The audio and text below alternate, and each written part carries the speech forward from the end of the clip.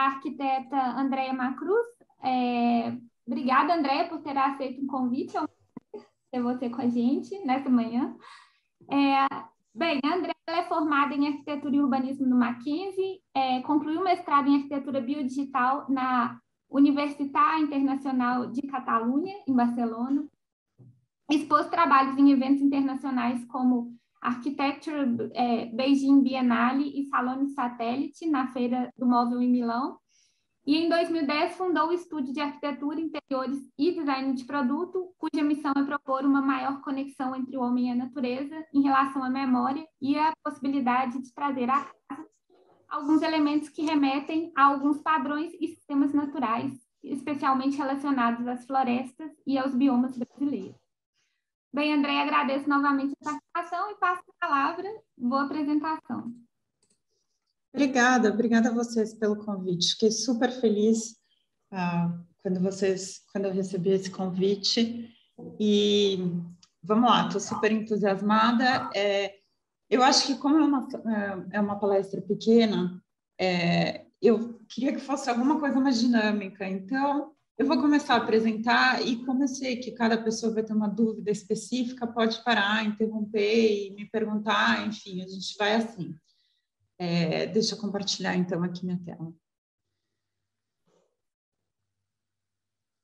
Eu fiz essa aula, na verdade, ela está em inglês, porque eu desisti de fazer em português, italiano, espanhol, cada hora num lugar, e eu padronizei tudo em inglês, mas eu vou fazer a palestra em português. Vamos lá. Então, na verdade, eu vou contar um pouco da minha história. Eu acho que a Marina já deu a maior parte da biografia, mas, de qualquer jeito, uma coisa interessante é que, primeiro, o Ernesto foi meu professor lá em Barcelona, me deu aula de Grasshopper e de scripting também.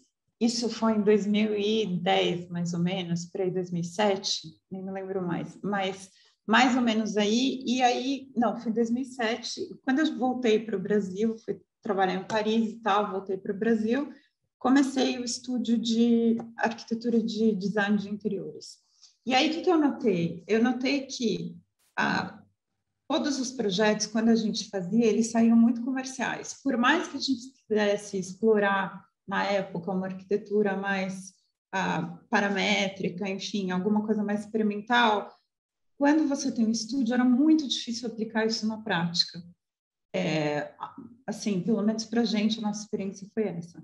Então, eu comecei a desviar uma verba dos projetos que entravam no escritório e comecei a fazer uns pequenos testes, assim, então, coisas que eu podia pagar, por exemplo, uma luminária, descanso de prato e tal e tal.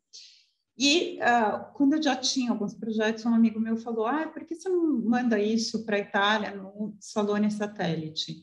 E eu comecei assim, mandei para lá, fui aceita, e aí começaram a me convidar para as feiras e, enfim, todo o resto. E eu acho que foi interessante essa mudança da escala, porque, não que eu não goste de arquitetura, nem design de interiores, eu adoro, e eu acho que quando você tem uma metodologia para design, independente da escala, essa metodologia ela pode ser aplicada em qualquer área e entre qualquer escala também. Então, isso foi interessante, porque design paramétrico você pode fazer desde uma joia, eu estava até conversando com a Silvia, que eu acho que está aqui na palestra outro dia, desde uma joia até uma casa, né? Então, eu acho que o mais interessante é a gente tentar achar realmente uma metodologia e que alguma coisa que faça sentido para você e que você possa aplicar isso em diferentes escalas. E faz muita parte também do meu estudo, porque eu dou aula de biomimética e de biofilia agora eu vou começar no Instituto de Design aqui em Dubai, de inovação,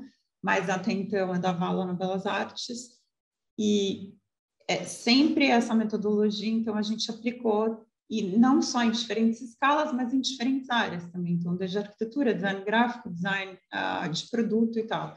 Então, acho essa visão multidisciplinar bem interessante, que era um pouco o que o Ives tinha, né? Não tem separação do que é uma parte ou do que é outra parte. especialmente quando você olha para a natureza e tenta trazer isso, quer dizer, a visão paramétrica ela é completamente ligada ao mundo natural, então você se inspira em outros lugares e tenta fazer essa tradução para a arquitetura, isso daí pode ser aplicado ou para o design, enfim, isso daí já é uma aplicação indireta, então tem vários jeitos de traduzir isso, né? E para essa palestra, então, eu separei alguns projetos que são mais comerciais, eu vou explicar aqui o que eu pensei, como eu fiz, e outros que são mais experimentais. Eu comecei a fazer meu doutorado no Digital Futures em Xangai, com o Neil Leach, então meu doutorado é em neurociência, e depois que eu comecei o doutorado, faz 2 anos que a gente está no programa, a gente começou a pensar, então, em alguns projetos que, com o estúdio, acabavam ficando mais comerciais, então foi um tempo que eu achei de parar e tentar pensar em outras coisas que eu já queria faz um tempo.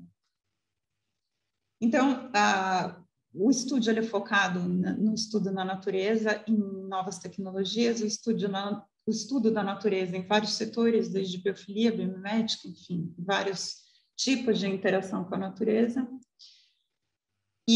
Mas o mais importante é que a tecnologia, no meu caso, eu sempre vi ela como um meio de fazer alguma coisa, não como uma finalidade.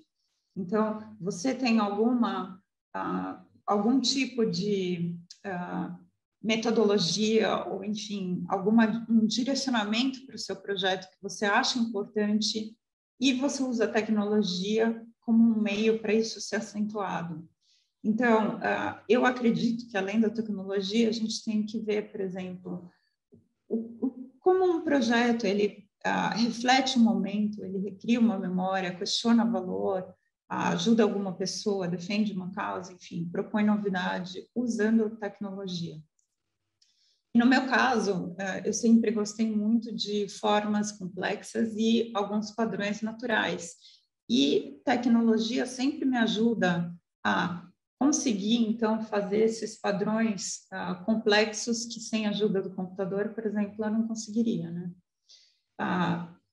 Basicamente isso. Então, aqui eu separei alguns projetos, essa é a parte mais comercial, então isso daqui foi a biombo que eu fiz, chamado VAS, e eu comecei pensando, porque essas folhas, que são as costelas de Adão, né, elas têm esses buracos, porque elas nascem numa vegetação muito densa. E aí o que acontece? A luz precisa passar para a folha que está embaixo, a luz do sol, para elas conseguirem fazer fotossíntese. Então, as folhas acabam sendo todas perfuradas. E eu olhando isso, e meus pais têm uma casa de praia, então eu sempre ia para lá e tentava observar por que as folhas têm certas formas ou certa coloração e tal e tal. Olhando isso, eu pensei, putz, como seria legal fazer um biombo que, quando você muda a forma dele, muda o que está sendo revelado no fundo. Então, como esses buracos conseguiriam alterar um fundo, né? Um determinado lugar. E unindo isso, então, a esse tipo de padrão encontrado em outras folhas, que é mais triangular, eu desenvolvi uma série de projetos paramétricos, eu uso bastante o Grasshopper, e no final selecionei esse trabalho.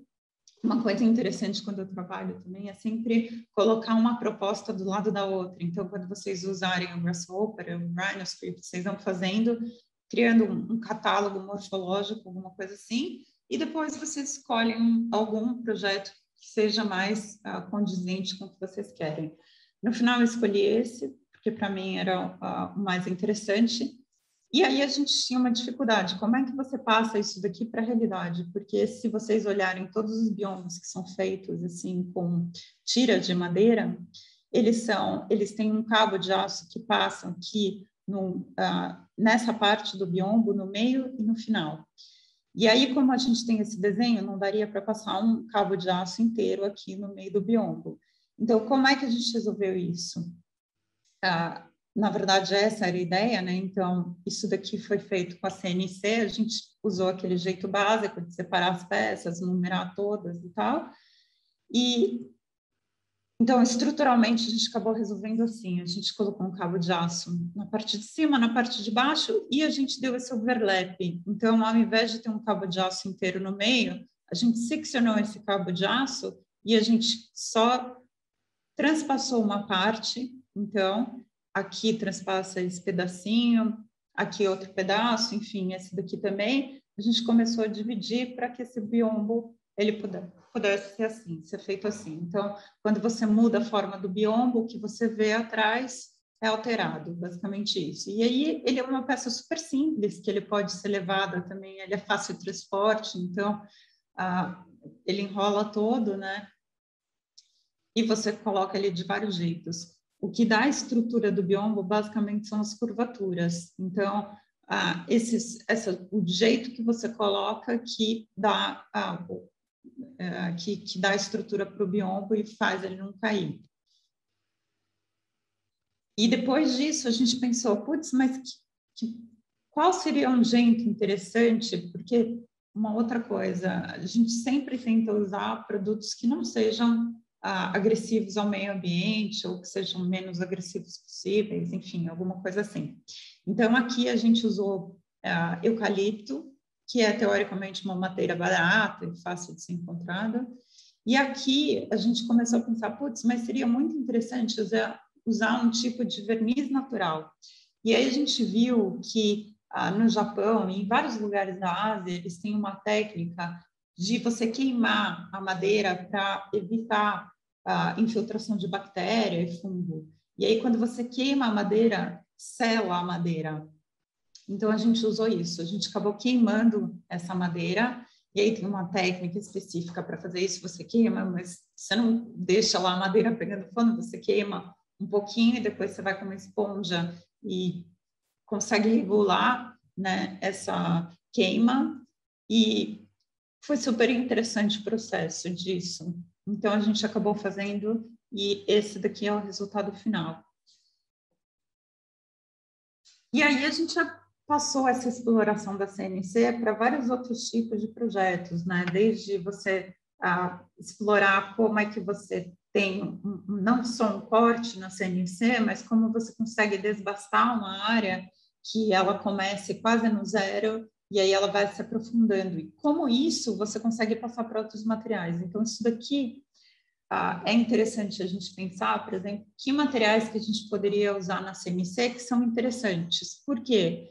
Ao invés de pintar a peça, você consegue, por exemplo, esse daqui é um material que ele é uma camada branca por fora, como se fosse um tipo de papel prensado, tipo uma fórmica de alta densidade, e aí você tem uma camada branca por fora e uma camada preta por dentro. E quando a CNC entra e cava o material, já sai da cor final.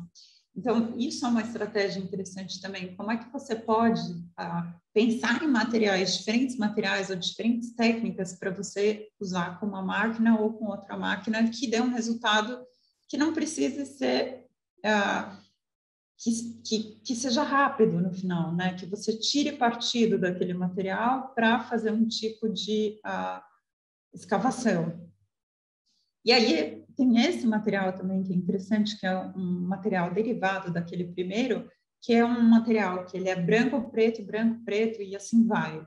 E aí quando a CNC cava, a gente nem sabe que cor vai dar, porque na verdade quando a gente faz o setting da CNC, dependendo do tamanho da curva e da profundidade que a CNC vai, então, por exemplo, você coloca o ponto inicial 0, o ponto final 0 da linha, e aí você coloca ela para ir no meio da curva, mais fundo possível. Quando você faz esse setting, a gente não sabe que camada está pegando, então isso é uma coisa interessante para a gente explorar no design, por exemplo, essa coisa um pouco aberta, o que vai dar esse desenho no final? Sabe-se lá o que vai dar, porque depende do comprimento, depende da camada que pegar. Então, como é usar diferentes materiais com diferentes cores para você dar essa sensação de novidade, de falta de controle um pouco do resultado final. Você está usando a máquina para... É quase uma procriação, né? Então, a máquina dá um resultado completamente inesperado. Um outro projeto é do vaso Lope. Então, esse vaso, ele foi criado vendo as árvores do cerrado, né? As árvores do cerrado, elas têm essa casca tronco todo retorcido. Isso porque é uma vegetação que tem muita queima, né? Então, com as queimadas do cerrado, as gemas das árvores vão trocando de lugar e aí o tronco vai retorcendo. E pensando nisso, a gente pensou, putz, daria para fazer um vaso, então, que lembrasse um pouco essa torcida do tronco da árvore.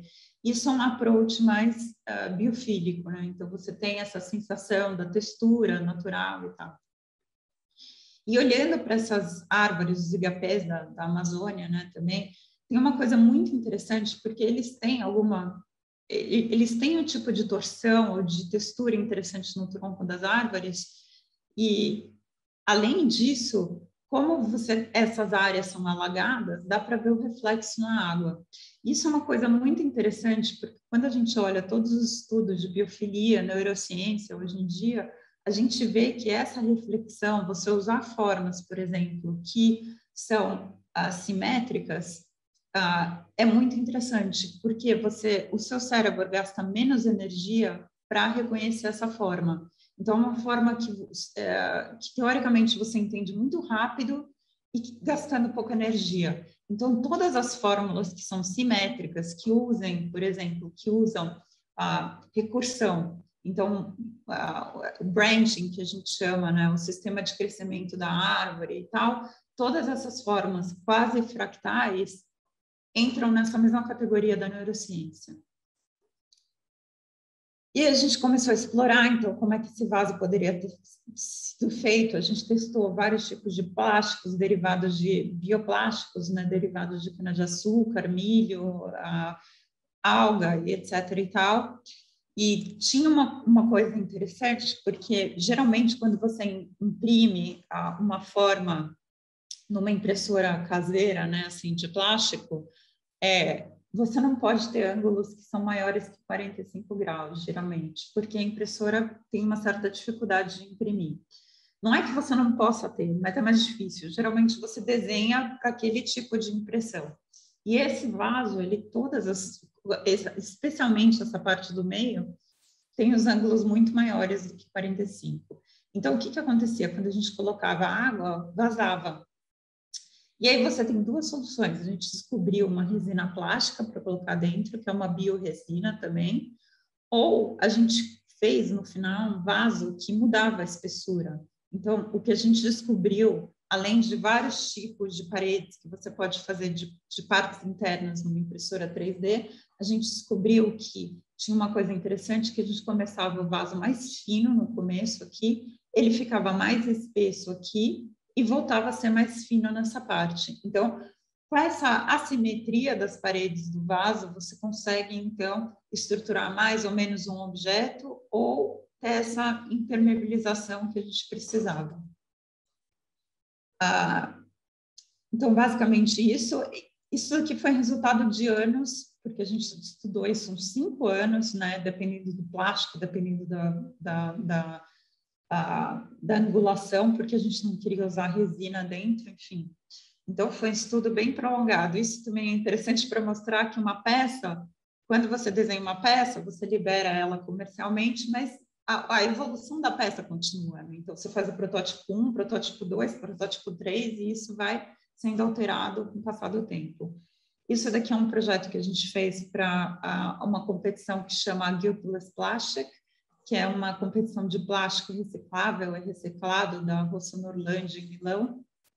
A gente tirou o 2º lugar e a gente usou, então, uma combinação de plástico que era reciclado e reciclável, e combinações de plásticos diferentes. Então, outra coisa que vocês podem pensar na impressão 3D é de combinar diferentes tipos de plásticos. Então, plástico de cana-de-açúcar com plástico de milho, enfim, assim vai, né? Que é bem interessante. E aqui, o fato de ser preto e branco, isso representa várias coisas da natureza que são muito interessantes também. Voltando a essa análise da natureza, de biomimética, biofilia, quando a gente vê, por exemplo, uma zebra, né? Ela é preta e branca. E em biomimética a gente estuda isso, porque tem várias teorias do por que uma zebra é preta e branca, né? Primeiro que você tem um padrão que eles chamam de detailing, que, tipo, quando um leão olha para aquele conjunto de zebras, ele não sabe onde uma zebra começa e a outra acaba para conseguir atacar. Então, o que ele precisa fazer é separar uma zebra para conseguir atacar. Então, quando você junta esses padrões, dá uma coisa interessante, porque dá um efeito visual bem interessante de unidade, né? Você não tem a percepção da unidade, você só tem a percepção do conjunto. E outra coisa é quando eles têm algumas teorias também que, por exemplo, os insetos, quando vão pousar, se você tem uma zebra, se você tem um cavalo, esse padrão preto e branco da zebra, o inseto perde a orientação do pouso. Então, você tem muito menos mosquito numa zebra do que numa vaca, né? Porque exatamente por isso, essa ilusão de ótica causada nos animais é uma coisa muito interessante de você estudar em mimética, biomimética, enfim, como acontece a mímese nos animais, na natureza. E esse vaso foi produzido pela Superforma, que é uma empresa em Milão, que é bem interessante também, que produz várias coisas. Ele tem vários tipos de impressão 3D, desde argila, vidro e impressões bem grandes de cadeira, enfim, objetos inteiros, né? Aqui são vários protótipos que a gente fez. E agora, esse objeto, o vaso, né, foi transformado numa luminária. A gente está comercializando, então, alguns pendentes e abajures a partir desse vaso. Isso é interessante também, como um projeto, por exemplo, quando você desenha, é muito difícil, às vezes, quando você tem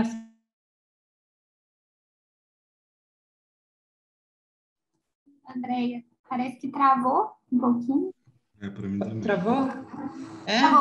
Voltou. Pode continuar. Sim. Aqui está dando que a internet está instável. Sem problema. Eu acho que tá. Aí você me avisa quando travar que eu retorno. Claro. Beleza. E aí, esses vasos é uma coisa interessante a gente ver, porque quando a gente tem essa inspiração da natureza para passar para o produto, algumas pessoas me perguntavam, mas quando você faz um desenho, o que vai dar isso? Você começou da inspiração de uma casca de árvore, mas o que vai dar? É um desenho de um pé de uma mesa? É o desenho de um vaso? E eu sempre respondo, é engraçado, porque o projeto ele tem dois lados. Às vezes você tem um pedido de um cliente, então já aconteceu de uma cliente vir para mim e falar, olha, eu quero um descanso de prato que não seja ortogonal, então o que eu coloco tem um desenho orgânico, quando eu junto na mesa dá um desenho super interessante que eu posso usar um só separado ou eu posso usar junto e não fique aquela coisa monótona, repetida, quadriculado. E aí eu pensei, putz, onde eu posso me inspirar isso na natureza? E eu pensei, putz, legal, linha eletromagnética, então você não tem separação. E aí, quando você pensa isso, você fala, beleza, então eu vou usar algum tipo de flow line derivado dos campos magnéticos para dar um desenho paramétrico suprir essa demanda. Mas, às vezes, acontece o contrário, como foi no caso desse vaso. O que essa casca de árvore pode dar? E eu não tenho um desenho final. Então, você vai analisando aquele desenho, depois você olha para o objeto e fala, pode ser um vaso, pode ser uma lâmpada, pode ser sei lá o quê. Então, essa liberdade é interessante também de você não ter um produto acabado no final, você não saber o que aquilo vai dar. Pode ser. É um tipo de experimentação que pode te levar a um objeto final. Então, eu acho que o fato de você estar aberto a variações de pesquisa é bem interessante. E acontecer de, às vezes, você buscar na natureza uma inspiração para o seu produto e, às vezes, vir um pré-requisito de um cliente e você buscar na natureza como aquilo pode ser suprido. Eu acho legal a gente ter essa flexibilidade. Então, no caso do vaso não tinha, acabou dando o vaso, depois virou luminária, e isso vocês vão estudando. Putz, como virou luminária? Porque a gente imprimiu um vaso branco, a gente viu, putz, tem uma translucidez que é bem interessante por causa da espessura da parede. Então, o que pode ser? Pode colocar uma luz, pode virar uma luminária e assim vai, né? uma coisa bem experimental mesmo. Esse projeto é um projeto de uma outra luminária que foi feito a partir do desenho das conchas. Então, analisando todas as cavidades das conchas, e é uma coisa sempre interessante, olhando isso um pouco mais ligado, por exemplo, à topologia. Então, como é que você cria uma fita de Möbius ou uma garrafa de Klein, como é esse elemento que vira e não tem fim, que entra nele mesmo, enfim, pode ser analisado. E aí a gente começou a analisar isso no Grasshopper com algumas variações, olhando então para a questão da cavidade, e a gente criou essa primeira luminária, isso foi feito há muito tempo atrás, esses projetos que eu estou mostrando, olha, esse daqui foi de 2013, né? Então, como é que você usa essas, você coloca a luz, por exemplo, você pode colocar uma luz focada aqui, você pode colocar duas luzes para cá, uma luz para cima, uma luz para baixo, você tem essa flexibilidade de usar as cavidades como você acha mais interessante. Esse projeto foi o primeiro projeto em 2013, quando eu comecei a experimentar esses produtos, não existia quase no Brasil arquitetura design paramétrico, né? Então, eu tive que imprimir isso na Shapeways, nos Estados Unidos, e mandei para o Brasil. E aí fui usando vários tipos de... Aqui o que eu achei interessante é como é que eu propunha, e esses rasgos eram interessantes, porque quando você coloca isso numa parede, o desenho da sombra é muito bonito, né? Então, eu comecei a pensar como é que eu posso fazer esses rasgos, que fórmula eu posso usar para esses rasgos acontecerem. Tem uma questão da performance do material, né? E como esses rasgos vão ser desenhados. Então, qual é a parte mais frágil do desenho, qual é a parte melhor estruturada, como é que esses rasgos vão acontecer.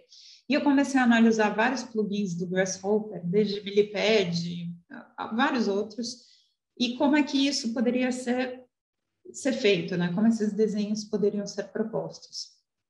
No final, deu esse desenho aqui.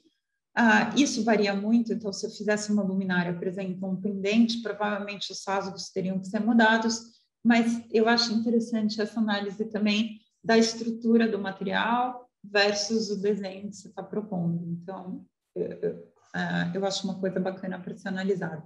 E aqui, falando desses projetos que foram diretamente impressos no 3D, eu resolvi trazer esses dois projetos que são super low-techs, né? Porque quando a gente pensa no Brasil, tem uma dificuldade, porque não é sempre que você pode imprimir um projeto, porque é caro, às vezes você não tem acesso. Então, como é que você pode fazer essa tradução do que é um projeto paramétrico usando um processo muito manual e simples de construção? Então, às vezes, acontece de você ter um projeto paramétrico e você tem um resultado digital, né? Porque você tem essa construção digital que conversa super bem, mas às vezes você pensa, putz, eu não tenho verbo, o budget é pequeno, eu não tenho como construir, como é que eu posso fazer isso? E esse é um caso de uma luminária que aconteceu isso. Então, foi uma luminária que era baseada em nas espirais, e como essas espirais, dependendo do ângulo, geravam uma complexidade. E a questão do olho, de abertura e fechamento, né? Que você tem das câmeras, enfim, dos diafragmas das câmeras e do próprio olho. Como é que esse movimento da espiral poderia ser combinado com essa questão da abertura e fechamento do diafragma? E aí a gente fez essa luminária, então são camadas que são empilhadas, isso daqui é a luminária olhando por baixo.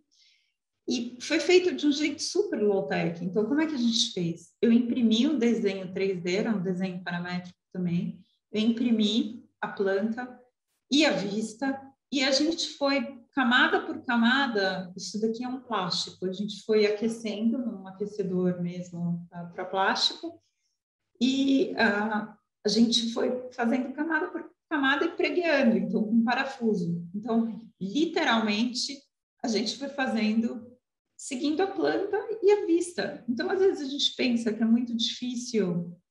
Claro, isso daqui é um projeto que você precisa analisar a complexidade do projeto e a viabilidade que você tem para tornar aquilo mais ou menos comercial. Então, provavelmente, se eu fizesse um projeto mais barato, eu teria que fazer menos tiras, com uma maior espessura, alguma coisa assim. Mas como era um projeto específico, eu resolvi fazer um pouco mais complexo. E a gente foi montando, então, vendo como é que se caberia uma luz aqui dentro, como é que isso poderia ser feito, né? Colocando com tirante, luminária, enfim. Primeiro a gente colou, depois a gente parafusou camada por camada e assim foi. Então é um projeto que parece que é digital, mas na verdade só o projeto é digital, a produção é completamente manual. E é interessante especificamente no Brasil que a gente tem uma mão de obra que é acessível. É interessante a gente pensar também às vezes num processo manual. Então, claro que é muito legal a gente ter um processo que seja inteiro digital, mas, por exemplo, se a gente olhar para grandes empresas como Fendi, Trussardi, todas essas empresas de luxo, elas conseguem separar bem o que pode ser industrializado. Então, sei lá, se eu vou fazer um sofá, então o corte do couro pode ser industrial, eles podem usar, por exemplo, máquinas para fazer, para colar um objeto no outro, enfim, para fazer esse sofá, mas o acabamento é interessante ser manual, porque sempre o acabamento manual, você consegue personalizar, você consegue ter algum tipo de controle e de personalização que é interessante. Então, para não ficar um projeto muito caro, é interessante vocês pensarem, pelo menos foi o que eu fiz no começo do estúdio, o quanto deveria ser industrial, o quanto deveria ser manual. E dosar esses dois parâmetros. O ideal é sempre ser mais ou menos 50%, para você ter um preço viável, mas com um resultado que tenha um controle maior. Por exemplo, claro que varia de projeto para projeto. Então, tem projetos que são totalmente digitais, outros que têm essa variação. O projeto é digital e a construção é manual. O último que eu vou mostrar é essa fruteira, que é feita em vidro. Acontece a mesma coisa. Então, aqui é um vídeo de como foi fabricado. O projeto ele foi paramétrico, então, um projeto feito no Grasshopper. E aí, na hora da fabricação, foi um processo completamente manual. Então, esse daqui é um vídeo que a gente fez, que era um vidro soprado. Então, a gente achou uma riga para fazer isso. Então, esses veios, você coloca o vidro fundido, né, numa estrutura em ferro, que é uma riga. Ele fica com os veios e quando você torce, dá essa ideia de vórtex. Então, a gente fez 2 peças e a gente uniu essas peças no meio. Então, o projeto final ficou assim. Então, sempre a gente pensar como é que a gente pode tirar proveito do fato do Brasil ser um país que tem trabalho manual interessante, que tem muita coisa artesanal, que tem essa possibilidade de ser usado isso, e como passar isso para a realidade. Então, imprimir planta, fazer um molde, de repente, numa impressora 3D e usar o molde para fazer um processo manual. Tem vários tipos de processos que são super ricos quando a gente fala de um país que tem essa possibilidade. Esses são os projetos mais comerciais e agora eu vou apresentar 2 projetos mais experimentais, que é o que eu tenho desenvolvido mais relacionado ao doutorado. Esse primeiro projeto a gente apresentou no Cadria, que é um projeto que chama multissensorialidade material.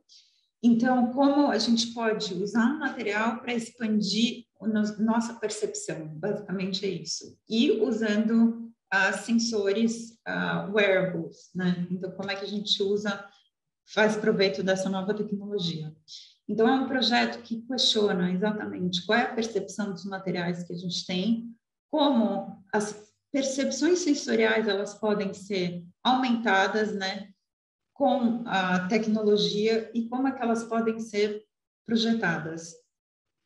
Então, a gente usou, para isso, a gente fez uma exposição física e a gente usou Hologram, que é um add-on do Grasshopper, para visualizar a realidade mista no celular. A gente usou também HoloLens, que é um tipo de lente que também é uma realidade mista, e o Upmood, que é um tipo de sensor que você coloca no braço para analisar as emoções. Então, como se fosse uma derivação do... Ele capta seu batimento cardíaco, faz uma média e consegue dar que tipo de emoção você está sentindo, realizando, então, alguma atividade que você esteja realizando. Então, todo mundo que entrava na exposição tinha um sensor e a gente conseguia fazer esse feedback do projeto, então, captando essas emoções, dependendo do que a pessoa estava olhando, de que parte ela estava vendo e como isso poderia funcionar como data para retroalimentar o projeto, né? Então, isso daqui seriam exemplos do que é uma HoloLens. Então, dá para ver o hologram, é basicamente a mesma coisa. A gente tem um espaço físico que é mantido e por cima a gente tem a realidade, o desenho virtual, né? Por cima disso. Então, é uma coisa muito que dá para ver muito clara, assim. Você não perde a noção de onde você está, você tem essa realidade do espaço, mas sobreposta a uma tecnologia digital. E aí, usando isso, a gente começou a questionar uma coisa interessante, que é, por exemplo, quando a gente pega todos os textos do Andy Clark e tal, a gente vê que ele fala que, basicamente, o homem já é um robô, porque quando a gente usa nosso celular para ver onde fica algum lugar, a gente usa o Waze, alguma coisa assim, a gente está contando com uma capacidade estendida nossa, que tem a ver com o uso daquele... aparatos. Então, se eu pego o meu celular e vejo onde é que eu estou contando o meu celular como uma memória estendida, né? Então, como é que a gente pode usar esses gadgets que a gente tem para transformar essa experiência e aumentar a nossa percepção, né? Então, a gente criou essa sala que era na verdade, não chegou a ser uma sala, era uma parede, mas a gente construiu isso aqui em Dubai. Então, a gente fez basicamente deixa eu passar aqui, basicamente era isso, uma parede que a gente cortou a laser com diferentes tipos de papéis e a gente criou essa escala, né, essas pétalas que elas tinham diferentes escalas de rotação e a gente pensou em fazer uma instalação que mudasse ao longo do tempo. Então, se eu visito uma instalação hoje, ela vai ser diferente do que se eu visito, por exemplo, daqui uma semana, né? Então, para isso, a gente usou um material que era o sal, a gente escolheu o sal como material, e como é que a gente via esses tipos de cristalização, como é que isso poderia fazer parte da instalação. Então, se vocês olharem no YouTube e tal, tem várias fórmulas de cristalização, e a gente usou uma delas para fazer, então, para propor essa instalação. Então, quando você começava a instalação, ela só com o papel, e ao longo do tempo o sal ia cristalizando no papel. Quando você ia daqui a um mês, a instalação era completamente diferente. Então, essa questão da transformação do material ela é interessante no meio físico. E por que a gente escolheu o sal? Porque Dubai aqui, bom, primeiro tem alguns materiais que são locais, né, como areia, sal e tal, e tal. E porque também o sal, ele tem uma simbologia muito forte, né, ligada a uma memória coletiva, a rituais, a rituais de purificação, etc e tal. E a gente achou interessante porque ele tem uma textura. Se a gente olha para a natureza, todas as nossas interações são multissensoriais, ou seja, a gente está vendo a árvore, a gente está ouvindo o som dos passarinhos, a gente está pegando em alguma textura. Então, esse tipo de relação multissensorial é muito importante para a nossa cognição. Então, como é que a gente poderia usar a textura do sal nessa instalação? Então, a gente escolheu basicamente o sal como o nosso material. Não só visualmente o sal tem um aspecto interessante da cristalização, mas também em relação ao toque, né? Porque tem algumas áreas que ficam mais sem tanta cristalização, outras áreas que aglomeram mais, então essa textura. Então, esses diferentes tipos de textura numa instalação são bem interessantes. E a gente pensou também, por exemplo, o ser humano ele muda muito em relação por exemplo, se hoje em dia eu tenho uma certa percepção visual, quando eu estou mais velha, minha percepção visual muda. E muda tanto que durante a nossa vida, a gente prefere certas cores quando a gente é criança, então, por exemplo, cores primárias quando a gente é menor, a gente prefere outras cores quando a gente se torna adulto e mais quando a gente envelhece, as cores também mudam.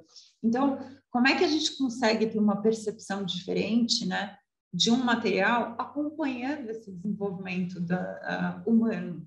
E outra questão interessante é como uma pessoa que tem uma dificuldade, então, por exemplo, se eu tenho uma deficiência visual, como é que eu percebo o sal? Porque a percepção de um material em relação à pessoa que tem uma deficiência visual, ela é muito pequena ainda.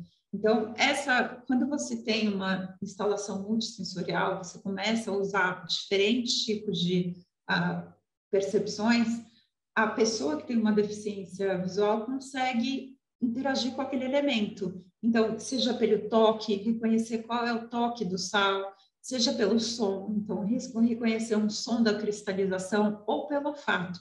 Então, essa é uma exploração que a gente queria ter para construir uma instalação que ela fosse mais acessível. E, então, basicamente foi isso. E a gente começou a separar. Então, o toque se dava pela diferente tipo de cristalização, o cheiro. Então, isso é interessante a gente ver também, porque o sal, ele não tem cheiro. E como você pega e relaciona um cheiro determinado com um material que é inodoro, né? Então, a gente começou a estudar um pouco essa questão da memória afetiva. Então, quais são os cheiros, qual é a percepção que as pessoas têm do cheiro do sal, mesmo que não seja real. E a gente descobriu que é o cheiro de praia. Na verdade, o cheiro da praia, ele acontece por causa da decomposição das algas, mas a gente tem a percepção do sal. Então, a gente usou um cheiro de praia na instalação, que tem a ver com essa memória afetiva, e o som da cristalização. Então, quando a instalação ela tivesse acontecendo esse tipo de aglomeração, o som iria mudando também. Isso é interessante porque o ser humano, ele tem uma percepção o som, ele embasa muito a nossa percepção sensorial. Então, a gente tem a percepção do espaço também pelo som. Se eu tenho um som que tem um eco maior, eu consigo saber que o pé direito do espaço é maior só pelo som. Então, como é que o som pode informar a nossa percepção, né? E a gente fez vários experimentos, aí a gente usou um outro tipo de parametria, não do Grasshopper, mas do Houdini, para saber dessa cristalização.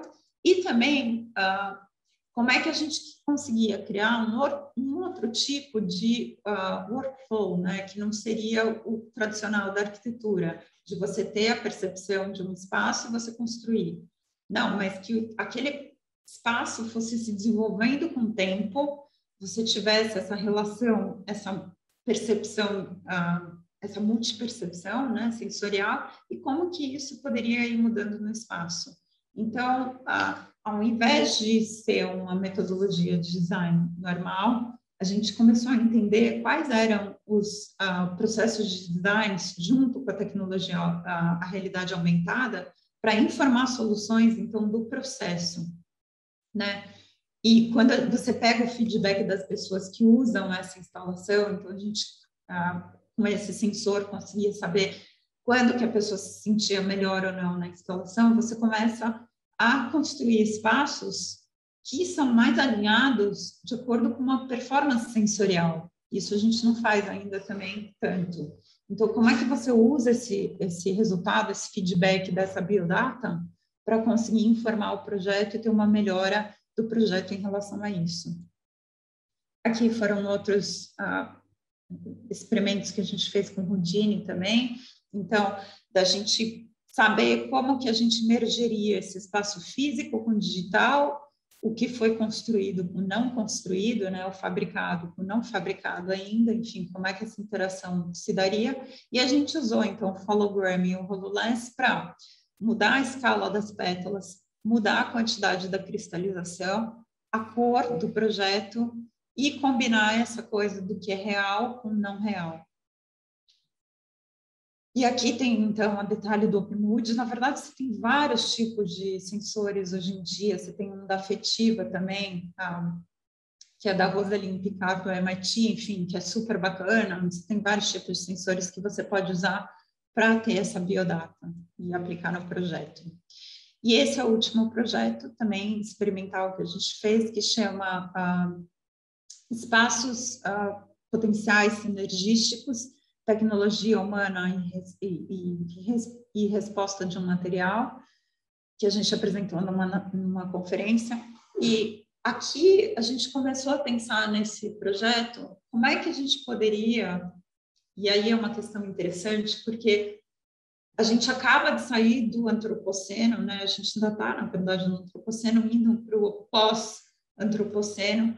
Como é que a gente vai conviver com, daqui para frente, formas vivas, formas naturais? Então, o que eles chamam de processos simbióticos em relação à natureza e formas não naturais, né? Então, a gente vai conviver com robôs, com vários tipos de formas não humanas daqui para frente. E a questão básica era como é que a gente consegue humanizar humanos, e aqui eu estenderia não só humanos, mas esses outros tipos de formas não humanas que a gente vai ter daqui para frente com tecnologia, né?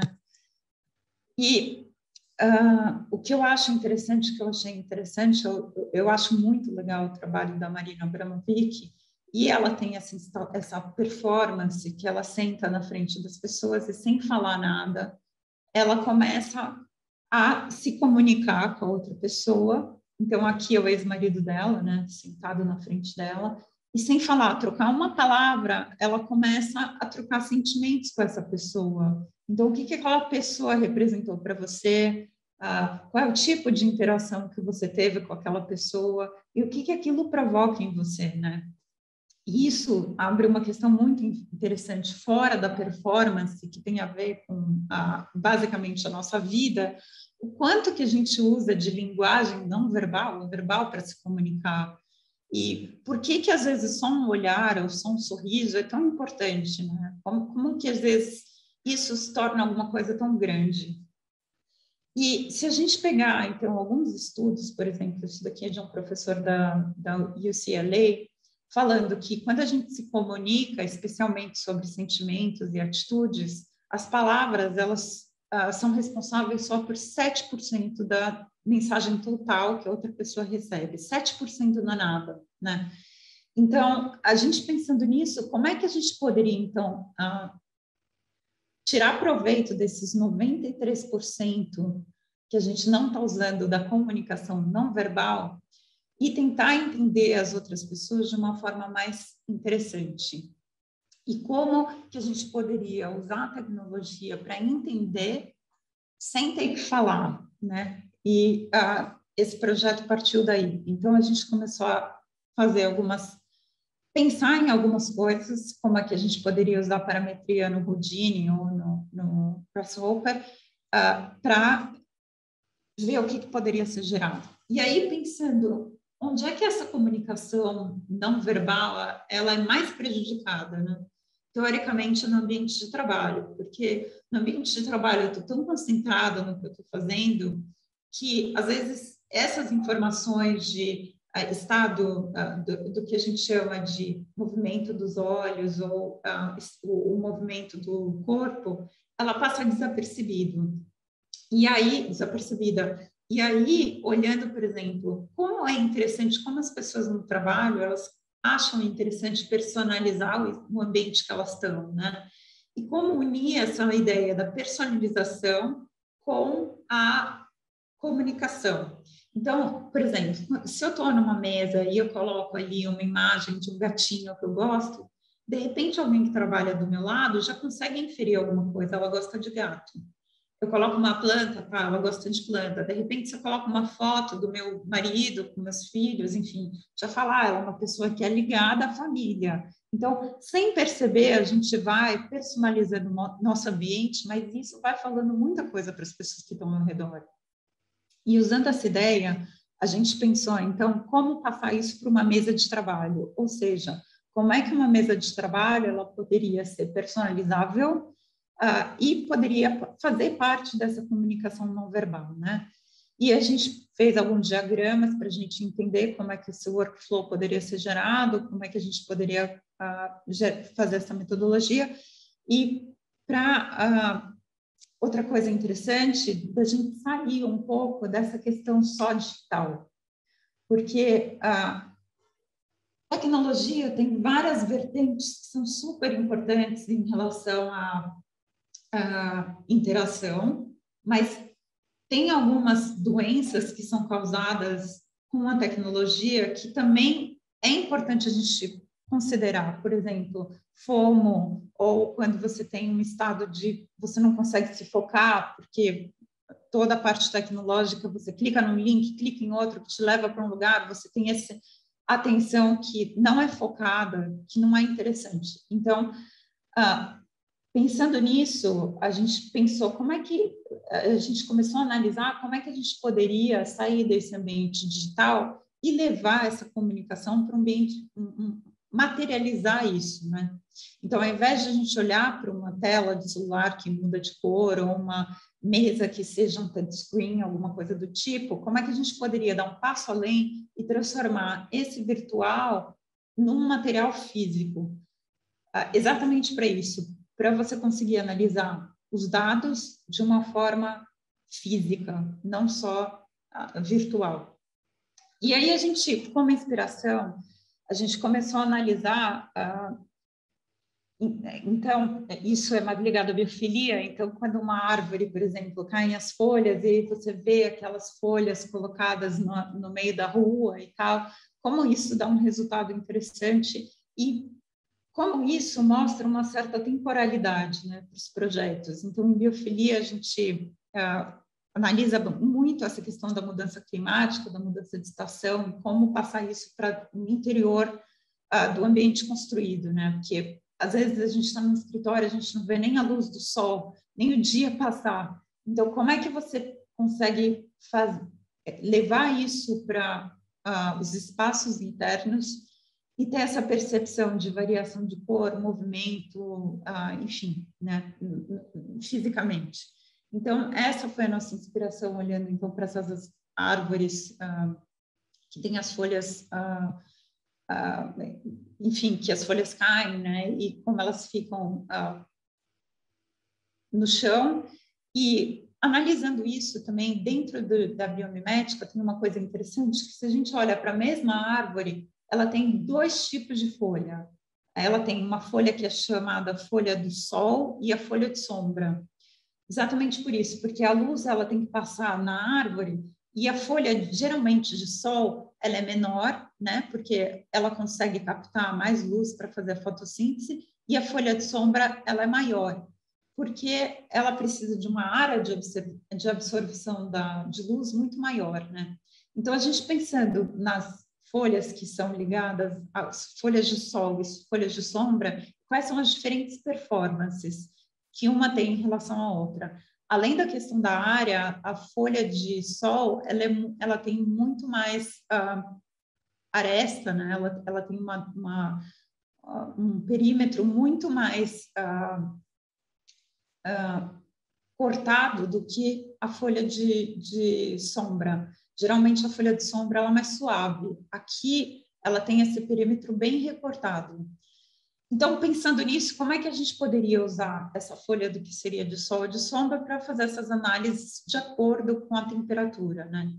Então, como uma mesa, ela poderia mudar de cor e de forma de acordo com o que você está sentindo.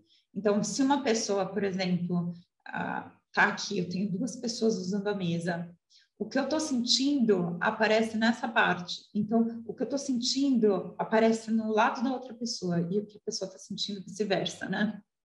Então, a gente dividiu as emoções que a gente tinha do sensor do Upmood em duas categorias. Uma que era calma e a outra que eles chamam de aroused, quando você está um pouco mais...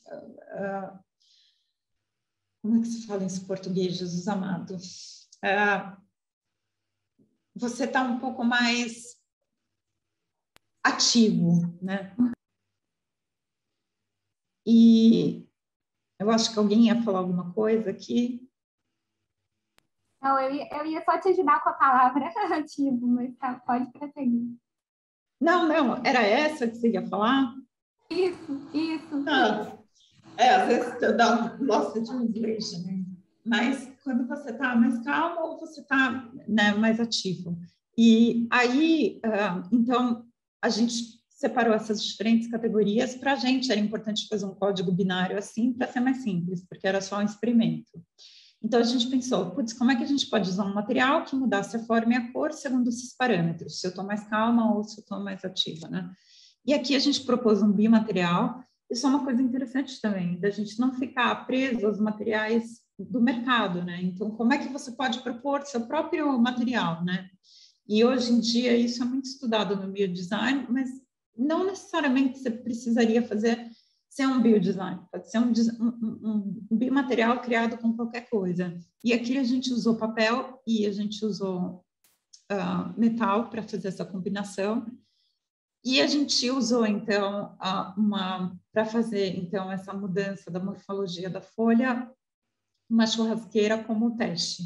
Mas, basicamente, uma resistência que você teria, que poderia ser uma resistência cerâmica, ou, enfim, de outro tipo. Se você tivesse, no futuro, grafeno, alguma coisa assim, poderia ser usado também. Então, basicamente, a gente fez isso, a gente criou esse bimaterial, e as folhinhas, então, levantavam de acordo com a temperatura atingida, né? Então, elas mudavam a forma e mudavam a cor também. A gente usou uma tinta cromática, termocromática, então mudava conforme a temperatura.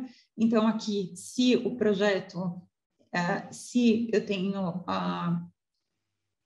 se a temperatura está fria, a cor é azul, e quando a temperatura começa a aquecer, a cor fica, então, vermelha, que era a cor do papel que a gente usou. Então, basicamente, essa era a nossa transformação. E a gente pensou, como é que a gente pode criar, então, um sistema que funcionasse como um termostato? Então, ligava ou desligava um circuito de acordo com a informação, se você está calmo ou não. Então, o Alexandre, da Belas Artes, que era um aluno meu lá, criou um microprocessador, então pegou, usou um microprocessador para ligar os dados que vinham basicamente aqui, deixa eu mudar, basicamente do sensor que a gente tem no pulso, vai para o celular. Isso ia para um microprocessador que ativava ou desativava a mesa. Super simples. E aí, isso daqui, então, basicamente é isso. Quando você está calmo, funciona como um termostato, do sensor do seu pulso vai para o celular e vai para o microprocessador, que não ativa a mesa. E se você está mais ativo, isso vai para o microprocessador e ativa a mesa. Basicamente é isso, o projeto. Então, a mesa muda de forma e de cor conforme esses dados. Então, isso é interessante de você começar a coletar biodado para entender como esses projetos responsivos poderiam começar a funcionar. É um projeto que a gente não construiu ainda a mesa, mas a gente espera construir um dia, não com uma resistência, mas com algum material mais um pouco mais tecnológico. Mas basicamente é isso. Aqui estão meus dados, então site, Instagram, e-mail, quem tiver alguma dúvida, estou super à disposição. E espero que essa palestra tenha ajudado vocês de alguma forma. Muito obrigada, muito bonito, né? Todos os experimentos, todos os produtos. Tenho certeza que eu fiquei encantada, tenho certeza que todo mundo ficou impressionado. Eu queria fazer uns comentários, depois uma pergunta, e aí eu queria convidar todo mundo que está presente, né, também pensar em uma pergunta, em uma reflexão, né, para a gente iniciar essa conversa mesmo, né, André, sobre o seu trabalho. Bem, me chamou muito a atenção essa conexão que você faz com a fabricação digital e essa ideia do híbrido, né, tanto na produção como no método. Então, você traz isso, né, da possibilidade da tecnologia de fabricação digital, da indústria e do artesanal, e tudo isso, né, se sobrepondo e dialogando em direção à constituição de um processo, de um produto. E também, né, ao mesmo tempo, essa ideia da performance, não só como uma questão do desempenho, né, mas você traz essa abordagem do sensorial, que é onde a gente almeja chegar com essa ideia da performance. Bem, e aí ampliando esse campo, né, a responsividade efetiva com a utilização de biodados. Bem, André, eu achei incrível. Gostei muito assim, de como você trouxe a exposição da Marina Abramovic, a artista está presente, né, e fez essa releitura na escala do design de objeto. Eu queria fazer uma primeira pergunta, tenho várias, mas vou fazer só uma. Como você iniciou essa relação com a fabricação digital? Né? Como que foi esse primeiro contato? Bem, você disse, né, que você estudou em Barcelona, mas como que foi a transposição disso no Brasil, na produção de objetos? Queria que você contasse um pouquinho, assim, como que foi esses primeiros passos? É engraçado, né? Porque, na verdade, eu nunca achei que eu fosse trabalhar com mobiliário ou desenho de móvel, nunca, e de objeto. E aconteceu bem natural, assim, porque basicamente foi isso. Eu cheguei no Brasil, ninguém trabalhava com design paramétrico, nem com... eu vou colocar design algoritmo com código geral. Nem digital, a fabricação digital também não tinha quase nenhum lugar. Isso foi em 2010, né?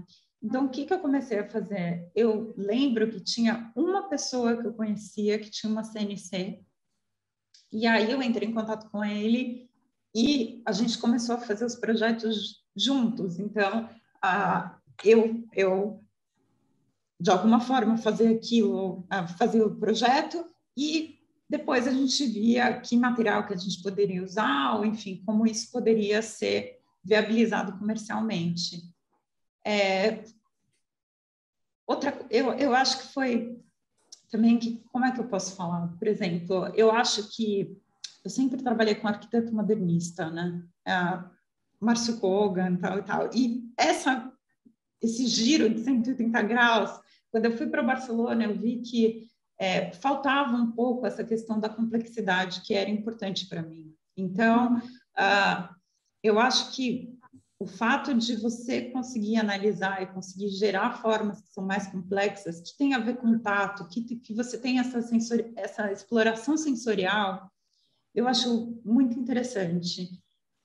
Então, eu acho que naquela época, tudo isso um pouco veio à tona.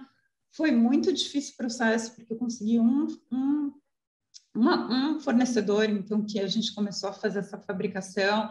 Era assim, bem de pouquinho em pouquinho. Outra coisa, eu tentava fabricar de um jeito mais manual, como eu coloquei aqui. Então, quando não tinha oportunidade de uma fabricação digital, eu tentava ver, então, com alguns artesãos, como é que faria essa interlocução, como é que a gente conseguia trabalhar junto para conseguir um resultado que fosse um pouco mais complexo. O que também não é fácil, porque eu acho que quando você tem alguns fornecedores no Brasil, eles estão acostumados a fazer aquele design muito convencional e comercial. Então, acho que foi uma questão muito de sentar, parar e você convencer a pessoa por que seria interessante para ele parar uma produção industrial ou fazer um projeto que ele nunca tentou e que poderia dar totalmente errado.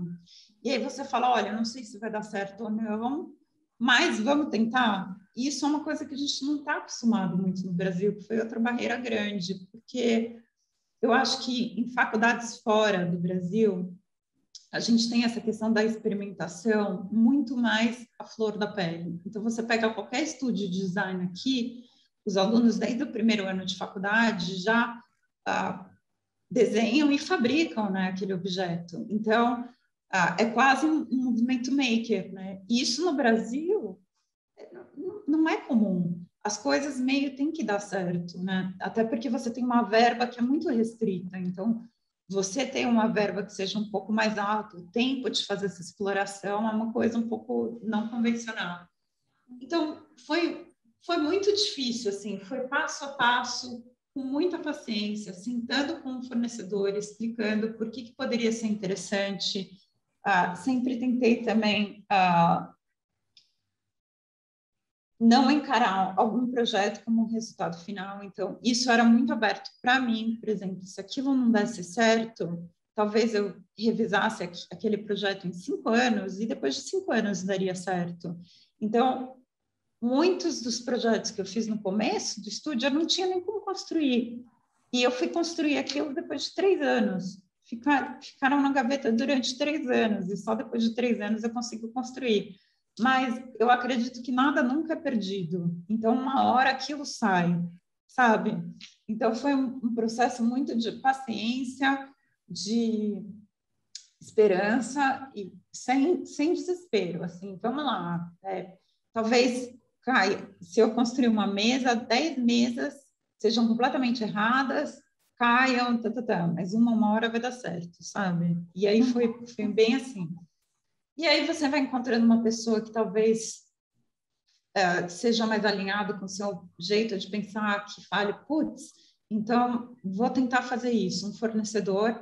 E quando você já tem alguns objetos construídos, fica mais fácil, porque você mostra seu portfólio para ele, ele fala, putz, talvez essa pessoa não seja tão louca quanto eu pensava, alguma coisa dá certo para ela, sabe? Então, eu acho que ele já vê com um outro olhar, já fala, olha, talvez eu vou investir, talvez valha a pena investir um pouco nessa pessoa.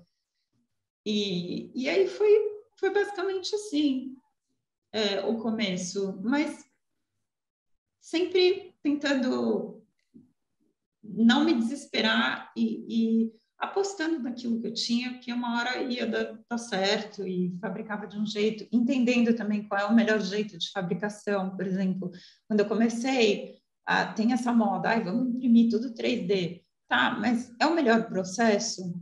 É o processo mais ecológico? Isso é uma coisa muito interessante para a gente pensar. Será que e aí que entra essa questão que eu acho que é muito importante para o designer, a consciência do que ele está usando, o método de fabricação para o ganho dele. Esse papel do processo experimental, né? A gente discutiu muito no semestre passado a questão, por exemplo, dos trabalhos da Neri Oxman, que são extremamente experimentais e às vezes tem uma certa crítica por não ser uma aplicação ali, direta na indústria, mas que traz ali abertura para a gente pensar, né? Um tanto de possibilidades de inovação, de releitura dos processos em arquitetura, né? Então, eu acho que tem muita relação com isso.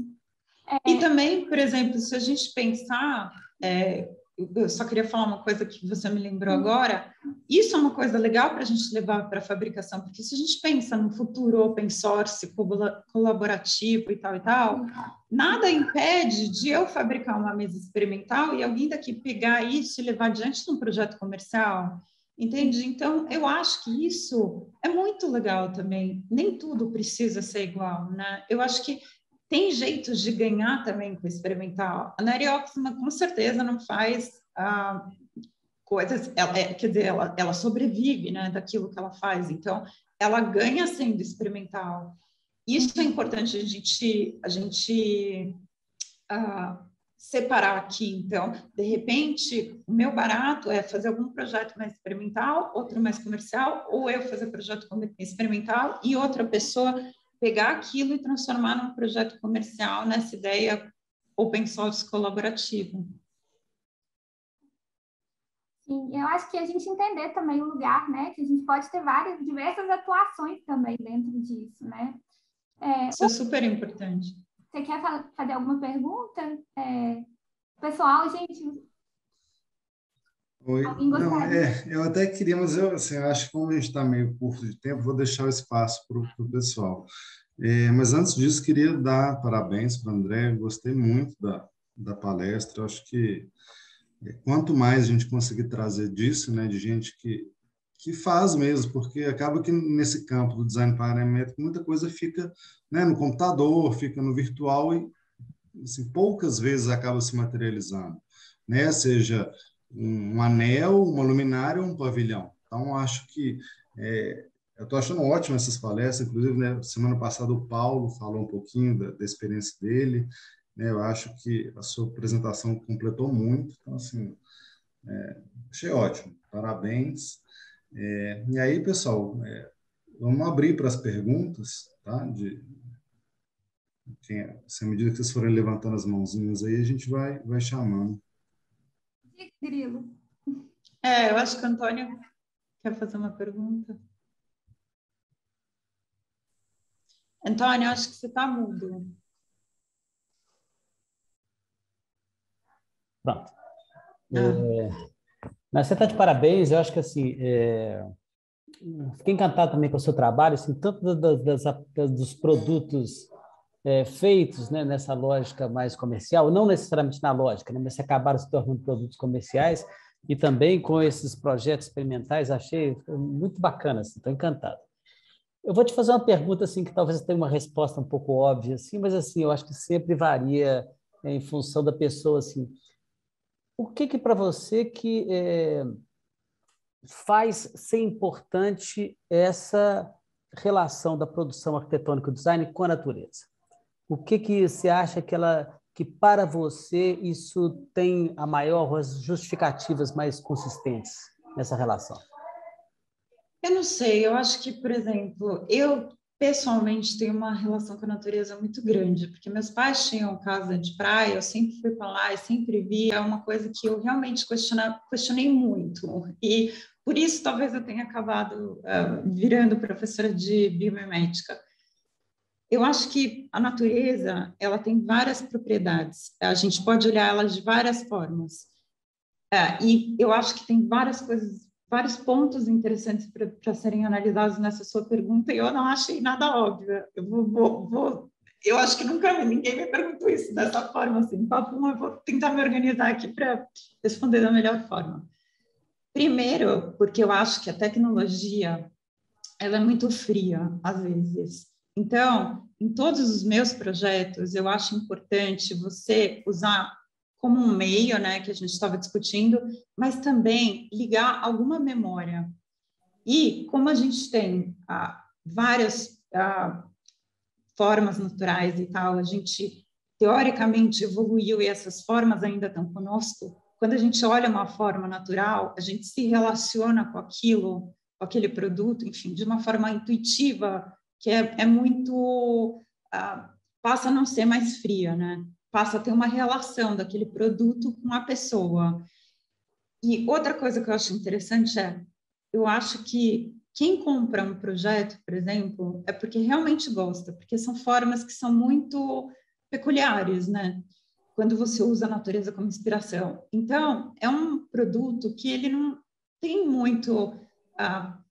uma pessoa que compra uma mesa, por exemplo, dificilmente vai jogar essa mesa fora ou ela cria uma relação com aquele produto de uma outra, uma relação um pouco não tão superficial, porque ela realmente, se ela comprou é porque ela gostou da complexidade, ela teve uma relação visual e uma interação com aquele produto que foi importante para ela. E isso eu acho interessante no design de móvel, porque eu acho que você não cria produtos que ao longo do tempo, por exemplo, você cria uma mesa super simples e que você não se conecta com aquele objeto, a probabilidade daquilo ser descartado é muito maior.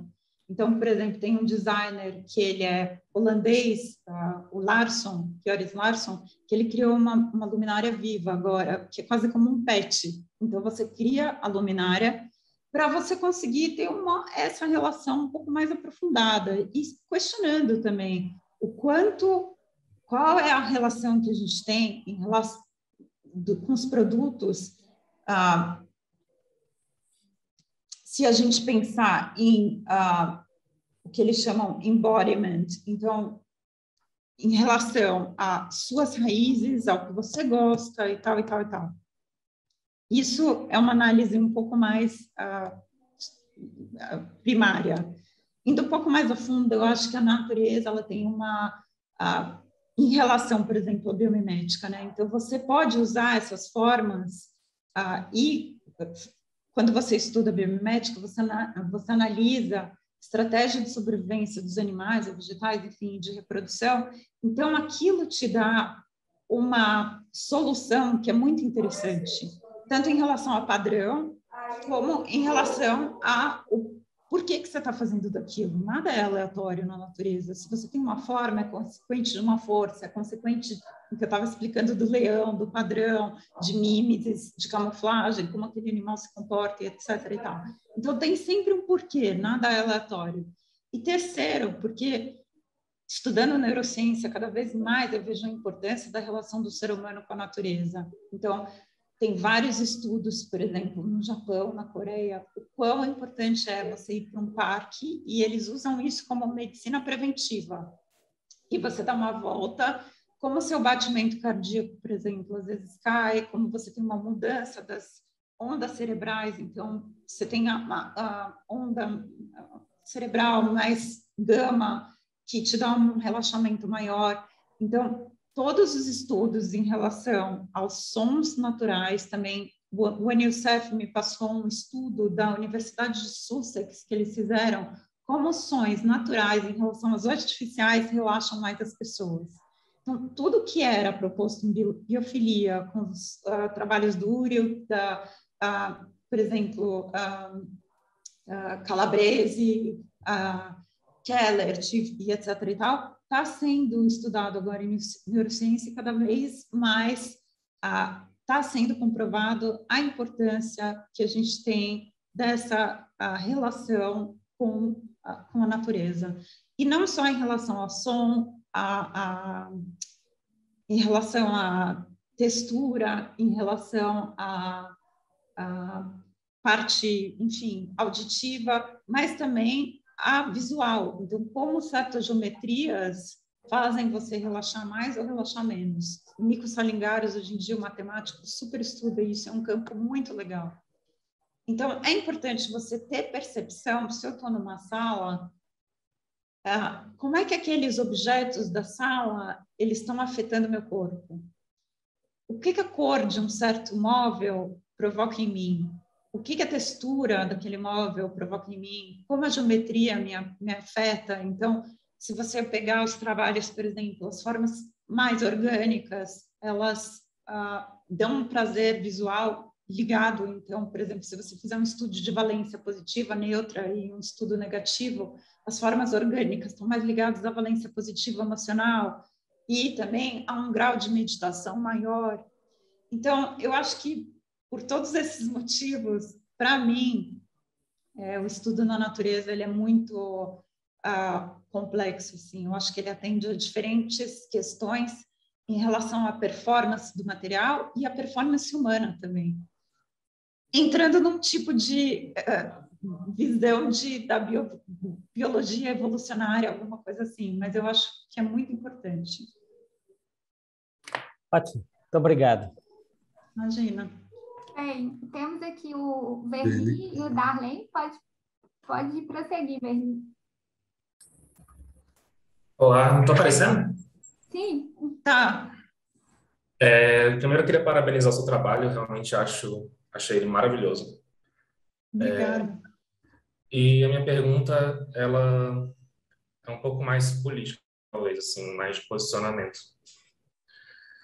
Que tem uma tendência muito forte no Brasil a perpetuar o pensamento modernista, minimalista, do branco, com pouca estética, com esse apego a uma aparência estética muito mais ligada a uma tecnologia frígida, a essa estética modernista muito vinculada na gente. E no Sudeste talvez tenha uma abertura maior a essas novas possibilidades, principalmente no que envolve biofilia, biomimética. Mas eu sou de Brasília, e aqui tem essa questão do modernismo quase como um dogma, assim.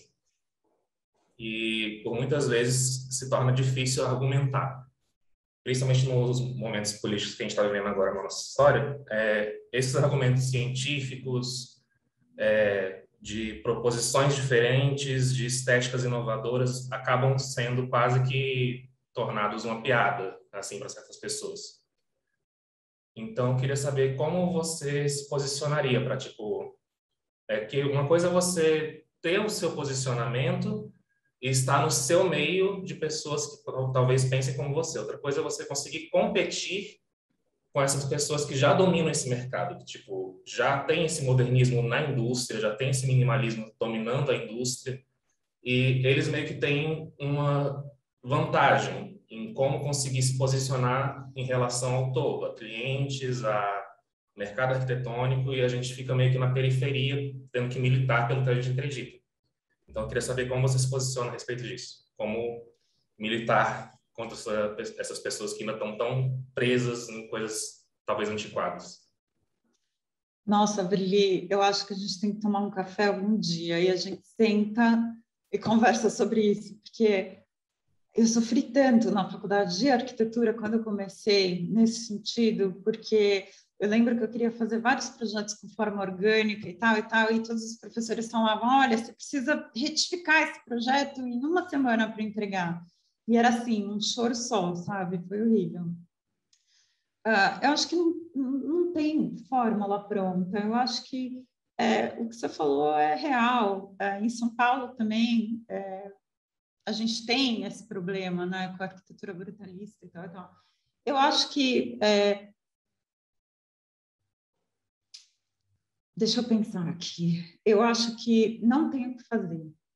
Eu acho que, basicamente, você tem que acreditar no que você está fazendo e mesmo as pessoas criticando super seu trabalho. E é isso. E quem não gostar, não gostou. E quem não acreditar, você não acredita.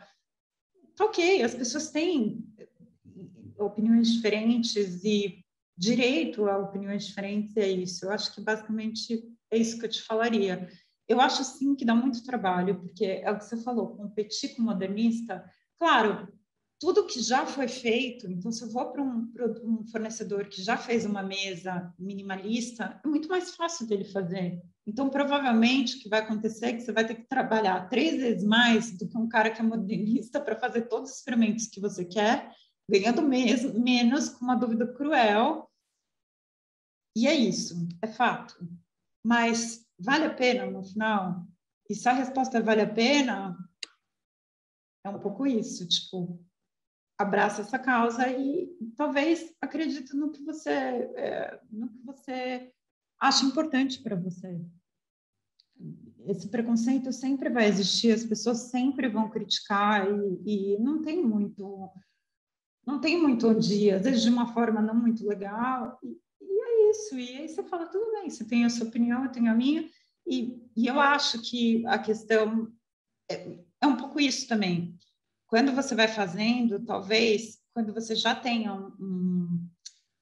um catálogo de produtos ou projetos feitos, com o passar do tempo as pessoas acreditem mais em você, então fica mais fácil, com certeza. Se você começar a fazer esses projetos, mesmo competindo com modernistas agora, talvez seja mais difícil no começo, mas depois eu acho que a coisa anda. Respondeu um pouco sua pergunta? Respondeu. Eu acho que eu estava mais interessado em saber como você argumenta mesmo, sabe? Tipo, questão de retórica, assim, porque tem alguns que chegam quase a ser desrespeitosos com o nosso trabalho, tipo, isso é só estética, isso não vale a pena, é gasto desnecessário, sendo que às vezes o trabalho dele gasta mais material, é mais custoso, e a gente está tentando fazer uma coisa que realmente tem uma ética de entrega no final. Olha, eu comecei a estudar muito essa parte de neurociência e biofilia. Então, eu estou fazendo meu doutorado nisso exatamente para, basicamente, falar que ornamentação não é estética, que realmente produz alguma coisa no seu corpo e que você deve levar a sério. A gente vem de um período também, a gente não pode esquecer que o período modernista foi um período de crise, né? Veio depois de uma guerra. Então, você tinha uma necessidade de standardização, de não utilização de alguns materiais, enfim, tudo isso, que agora a gente não tem mais, a gente está em outro período, as batalhas são diferentes. Se fosse para ter algum outro período, algum outro movimento, seria um movimento talvez que não seria nem modernista, eu falaria isso, olha, a gente está num período quase de 5 eses, né, que eu assisti uma palestra de Digital Futures, eles falavam isso, que é bem interessante, que é a simbiose como no mundo natural. A gente vai conviver com máquina. Como é que você pretende que que a arquitetura é resultado de uma época, né? A arquitetura modernista surgiu depois de uma época de guerra e não é mais o caso. Então, quais são, hoje em dia, as questões importantes para serem resolvidas e como que você pode resolver essas questões? Quais são as vertentes e as batalhas que você tem para essas questões serem resolvidas? Então, eu acho que esse seria o argumento que eu utilizaria. Olha, as coisas mudam, entende? Tipo, a arquitetura, já Le Corbusier falava, a arquitetura é resultado de uma época, já foi. Tá, o que tem aqui para frente? Qual é uma visão futurista que você teria disso? Isso eu acho outra coisa interessante, a arquitetura, e a gente tem a Zaha para provar isso, ela tem que ter uma visão futurista. Você não pode olhar o passado. Claro que você pode olhar o passado para se inspirar um pouco em algumas coisas, mas o seu foco essencial tem que ser no futuro. Então, não dá para a gente pegar um movimento que já aconteceu, qualquer que seja, e colocar ele como presente. E te falo mais, eu acho que parametria, desenho generativo, tá mudando muito com inteligência artificial hoje em dia. Talvez a gente não tenha mais isso daqui 1 ano, 2 anos. Então, eu acho que essa visão do futuro, ela é super importante. E por isso eu falo, eu acho que tudo o que está acontecendo de inteligência artificial, é importante vocês olharem e é importante vocês estarem conectados, porque essa relação dos robôs com o humano vai ser uma coisa realmente super interessante para a gente ver, e outros tipos de vida. Então, como é que eu crio uma casa? Não para... É uma outra relação, não pensando na nossa comunicação com a natureza, vai analisando o meu trabalho que tem a ver com a natureza, mas como que eu criaria uma casa só para abelha? Não como um objeto final, o ser humano já. Então, como é que eu crio uma casa para abelha? Como é que eu crio casas para vacas? Como é que eu crio uma casa de cachorro? Sei lá eu. Então, a gente pensar em projetos criados para não humanos, também eu acho que é uma coisa bem interessante. Eu acho que basicamente é isso que eu usaria. Perfeito, eu concordo plenamente. Eu trouxe essa questão justamente porque no ano passado eu não sei se era presidente nova do CAL, alguma coisa assim, dizendo que o Brasil precisava de arquitetos que sonhassem, mas tivessem o pé no chão. E um dos professores da minha faculdade, ele dizia sempre essa mesma frase, antes mesmo dessa possível presidente do CAL, sei lá quem foi que disse falar. Só que o que eu notava é que eles sempre diziam isso como se estivessem dando oportunidade da estética diferente, da mentalidade diferente, mas no final, qualquer parede curva já era pensar diferente demais. Já era, se tiver uma dupla curvatura na parede, não, já está muito... o mercado não vai permitir, a construção não tem capacidade. Eu acho que a gente está vivendo uma época de muita falta de fé, falta de esperança, assim. Eu concordo e eu acho muito chato também, mas eu acho que basicamente é isso mesmo e não tem muito o que fazer, tem que ignorar e seguir em frente, porque o que é o pé no chão, né? Se a gente parar para pensar, se fosse assim não existiria nada experimental, nada que conseguisse, para você ter um tipo de experimentação, você precisa tirar o pé do chão, para depois colocar de novo talvez, mas né? É tão vazio isso, eu acho. Bem, concordo também, Andréia, mas eu queria só fazer um comentário. Eu acho que a gente abraçar a cultura da inovação a gente também tá disposto aos ônus, né? Aos ônus e aos bônus. Então, a gente tem ter uma consciência que terá esses dois lados, eu acho que acaba sendo muito importante para a gente prosseguir. Muito. E eu acho isso fundamental mesmo, Marina. Eu acho que nem todo mundo é obrigado a gostar do que se faz, e tá tudo bem, sabe? E tem um preconceito, de repente é difícil você inovar, é difícil mudar para todo mundo. Olha o que a Zaha sofreu, né? Olha o que tantos arquitetos sofreram. Isso estamos falando de economias, né, de países que são mais, abraçam mais os processos de inovação, né? Então, acho que para a gente é fundamental a gente manter o espírito da inovação vivo, porque senão a gente é como se a gente estivesse reduzindo a uma condição periférica cada vez mais, né? Então, bem, eu achei ótima essa discussão. Bem, Darlene, você... Olá, gente, eu não vou conseguir só abrir a câmera, mas André, desde já, parabenizando pelo seu trabalho, realmente muito incrível.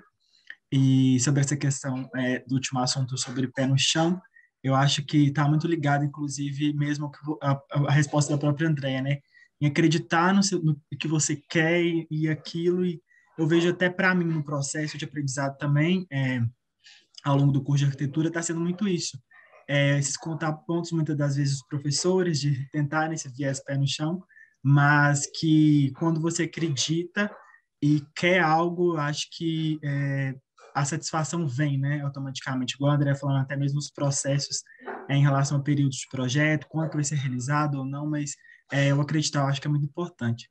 E falando sobre essa questão de acreditar, eu gostaria muito, André, se possível, que você indicasse alguns livros ou autores voltados para essa área da biomédica ou neurociência, porque mais uma chance ainda da gente acreditar, né, estudar também essas coisas, que eu acho que falta um pouco de bagagem nessa direção, eu acho que é interessante.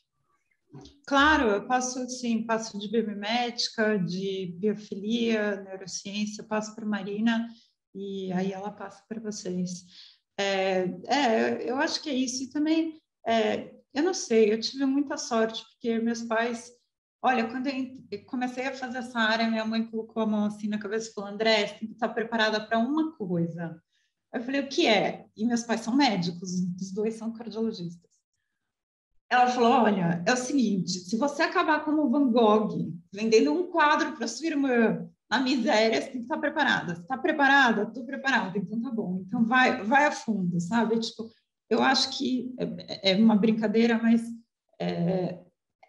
é um pouco real, sabe? Porque não, eu espero que vocês não acabem na miséria, não é isso, mas é importante a gente saber o quanto a gente está preparado para abrir mão, que é o que a Marina está falando, porque vai dar mais trabalho, talvez 3 vezes mais trabalho do que um projeto normal, no mínimo, e vai ser mais pesado, e vocês vão duvidar mais de vocês mesmos, mas o resultado é muito, também, talvez 3 vezes melhor, porque quando você olha para aquilo, você fala, uau, eu consegui uma realização pessoal tão legal e deu certo esse experimento, que bacana. Então, é uma coisa que não tem preço. E também, outra coisa, vocês podem, como se fala, vocês podem combinar o que seria o mais comercial com esses resultados experimentais. E isso eu aprendi também no Kogan, que ele falava, olha, a gente pode entrar em concurso, mas a gente tem uma cota de concurso por ano para conseguir viabilizar o escritório. Então, basicamente é isso. O quanto você pode ser experimental dentro da cota comercial que você tenha também. Isso você vai aprendendo ao longo da vida. Eu acho que basicamente é isso. Mas também, quando você é criticado muito, você começa a encarar aquilo de forma um pouco natural, sabe? Entra por um ouvido, sai por outro, tá, não gostou, tá, então tá, então beleza. Né? Se você acredita no que você faz, aquilo é importante para você. Bem, Darlene, obrigada. André, bem, eu acho que você fica à vontade de fazer mais uma pergunta. E aí, nisso que a Andréia está falando, eu queria saber, Andréia, você está atualmente fazendo doutorado na China, né, com o NIULIT. E como isso na China, que tem essa peculiaridade de uma economia pulsante, com estrangeiros, tendo toda essa participação, NIULIT encabeçando Digital Futures, que é esse evento enorme, né, que a gente teve contato aí nos meses de junho e julho. Como que é isso nesse ambiente, né? Eu queria que você falasse um pouquinho. Eu acho que a China é um país muito engraçado, porque quando eu fui lá a primeira vez, eu nem sei o que estava esperando, mas minha percepção foi totalmente diferente. Ah, eu acho que, como todo lugar tem pontos positivos e negativos, né? Por uma questão de sobrevivência, talvez os chineses são muito bons com tecnologia. Então, é absurdo, porque no nosso doutorado a gente teve várias aulas e pessoas assim.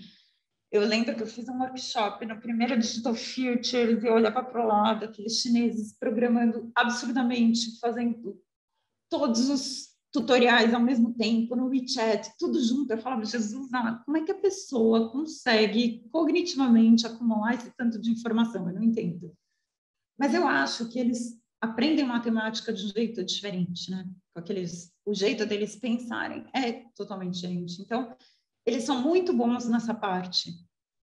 O que falta um pouco é essa sensibilidade que eu acho que a gente e a parte oeste tem de posicionamento teórico, crítico e tal, e que tem essa sensibilidade um pouco em relação à natureza humana, em relação a como você lidar com as pessoas. Então, eu não sei, eu acho que essa combinação é muito interessante, porque se a gente consegue fazer essa ligação, né, da parte racional, que teoricamente são os chineses, eu estou fazendo uma generalização muito grotesca, mas enfim, né, que eles têm esse lado da matemática muito acentuado, junto com uma parte psicológica e também teórica mais forte que a gente teria, eu acho que a combinação é muito legal.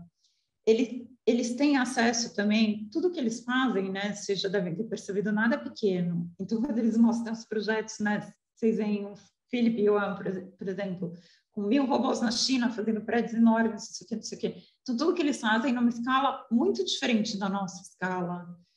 A experimentação para eles é muito barata, eles fazerem um projeto enorme, né? Então, eles constroem mega coisas e tal, e isso é uma crítica que às vezes eles têm notorado, mas se fizerem a experimentação com uma mesinha, eu quero ver isso aplicado numa parede. E você fala, não, calma, mas aqui é diferente o poder que vocês têm aquisitivo em relação a nós. Então, eu acho que isso muda também, essa questão da escala é muito diferente.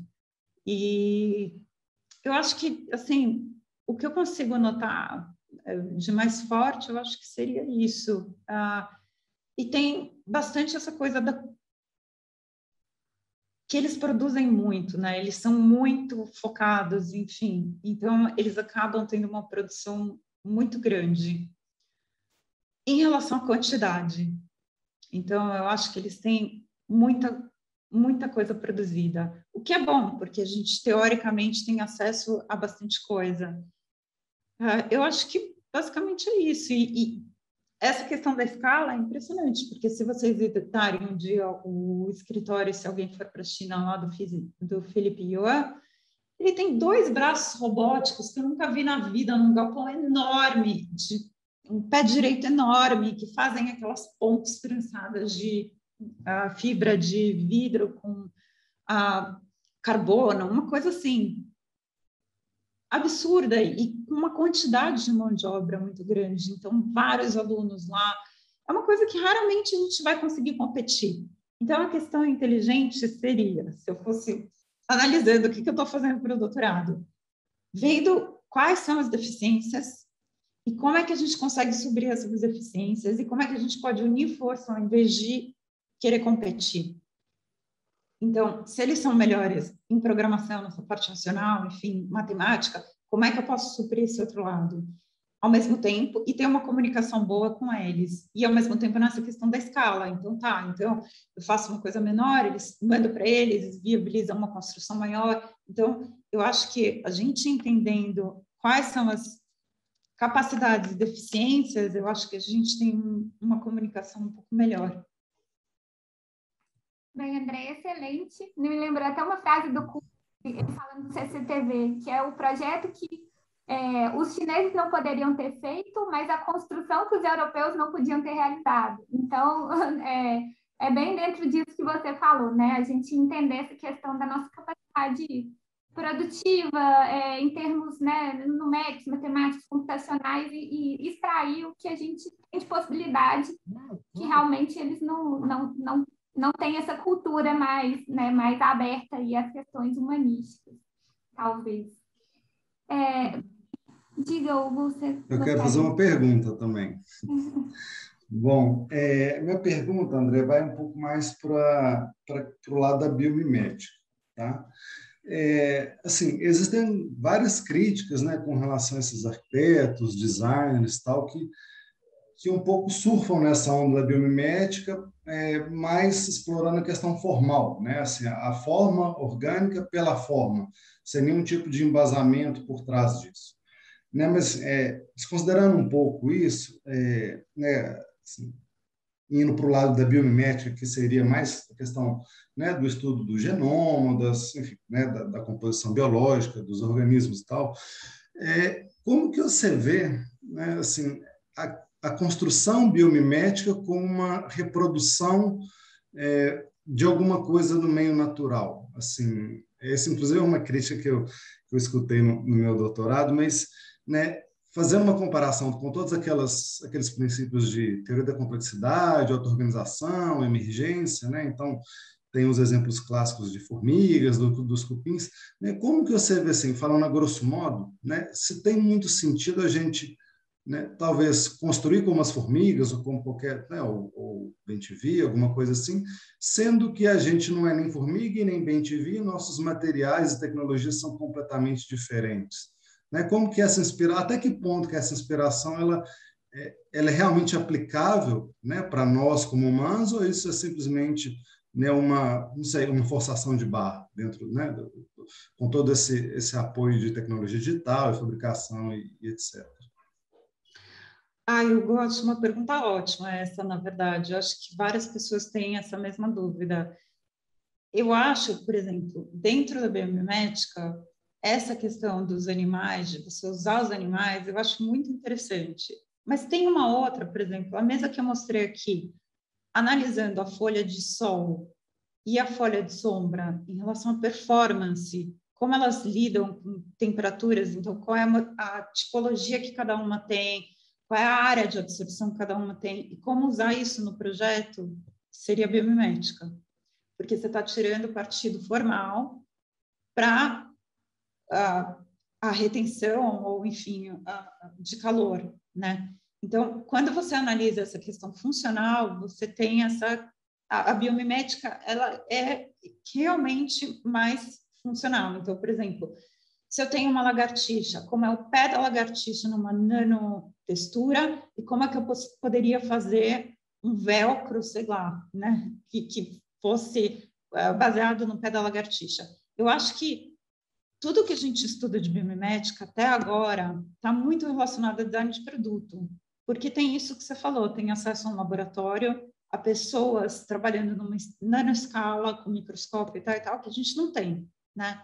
Mas, indo para parte de arquitetura, e aí, por exemplo, a gente tem um livro que é do Pauling, que é o primeiro arquiteto que eu acho que eu conheço, pelo menos que mexeu com isso, que analisa um pouco essa transição da biomimética com a arquitetura, e agora com o Aquimin Mengues, que o último pavilhão dele, os dois últimos, tem muito a ver com a biomimética também, que ele analisa a casca do besouro.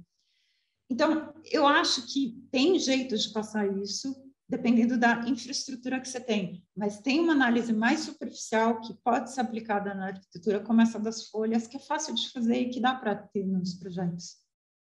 E tem essa mais aprofundada, que é mais ligada à engenharia.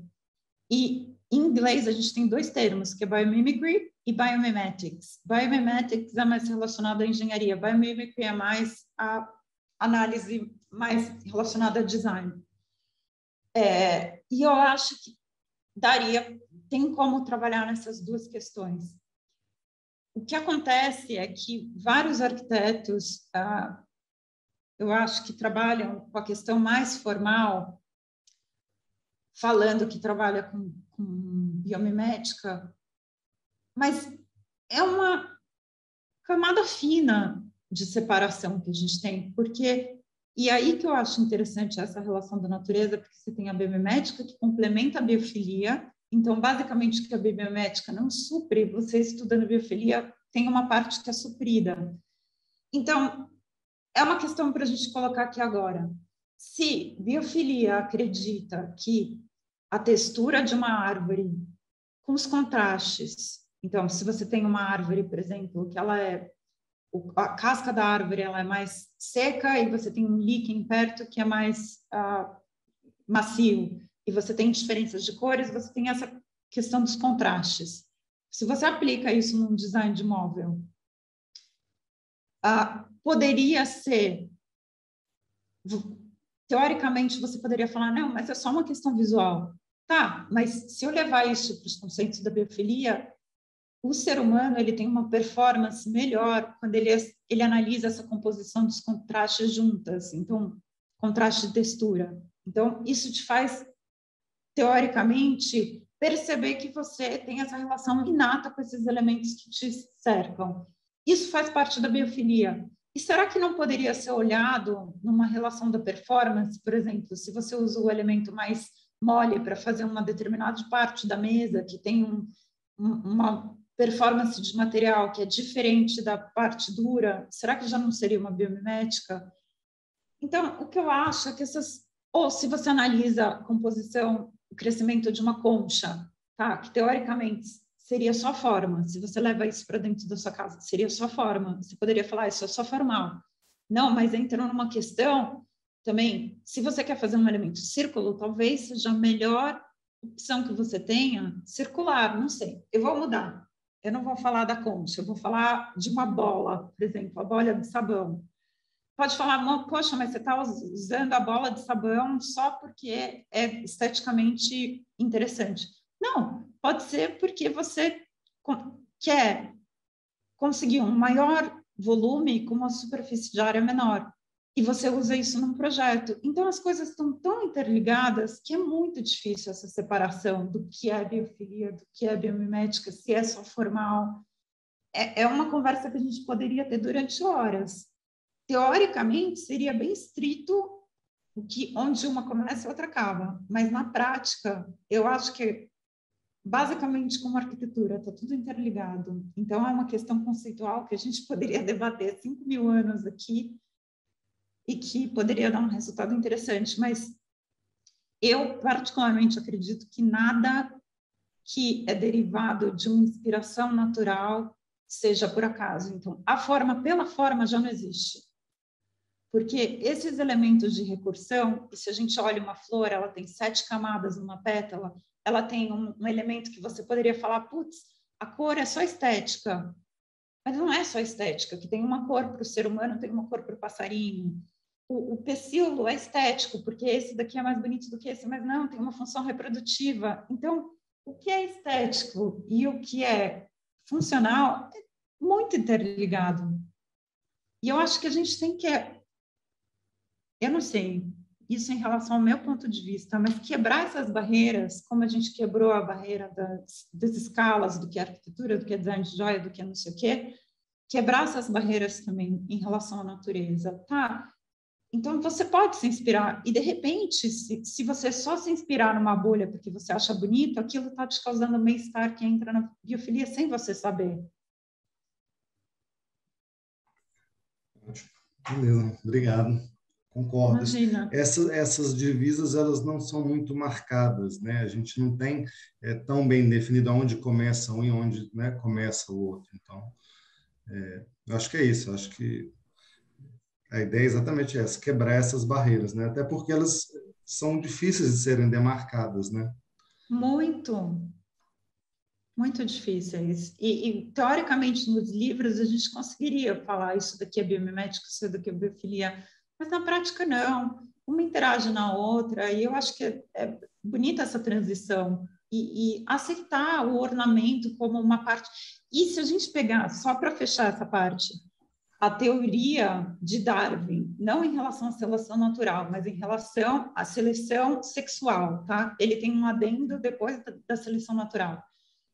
Seleção sexual, um pavão, ele tem as penas coloridas e tem toda essa questão estética que não é performática, porque um animal, quando ele tem esse penacho, ele gasta muito mais energia do que se ele não tivesse. Então, performaticamente, ele não deveria ter. Só que as fêmeas escolhem o macho pelo penacho. Então, uma seleção estética em relação à biologia dos animais. Então, isso é incrível. Talvez...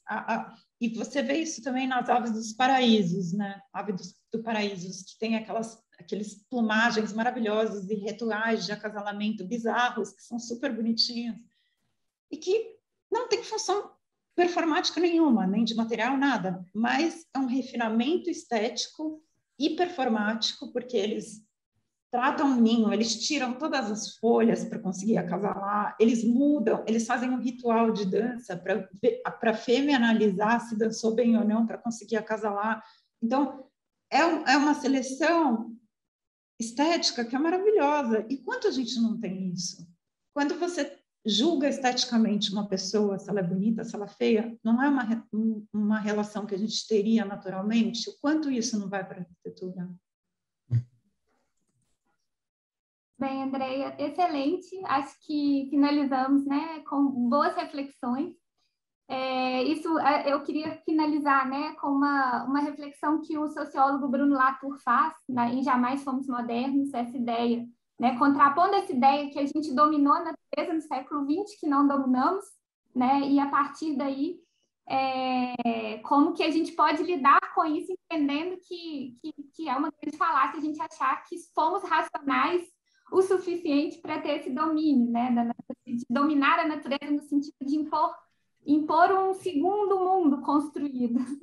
Bem, e aí tem uma frase que ele finaliza esse livro que eu gosto muito, que ele fala: nem a natureza nem os outros irão tornar-se modernos. Cabe a nós mudar nossas formas de mudar. Bem, André, então, muito obrigada. Muito obrigada por compartilhar com a gente o seu trabalho. Queria encerrar aqui, então, nessa manhã de hoje.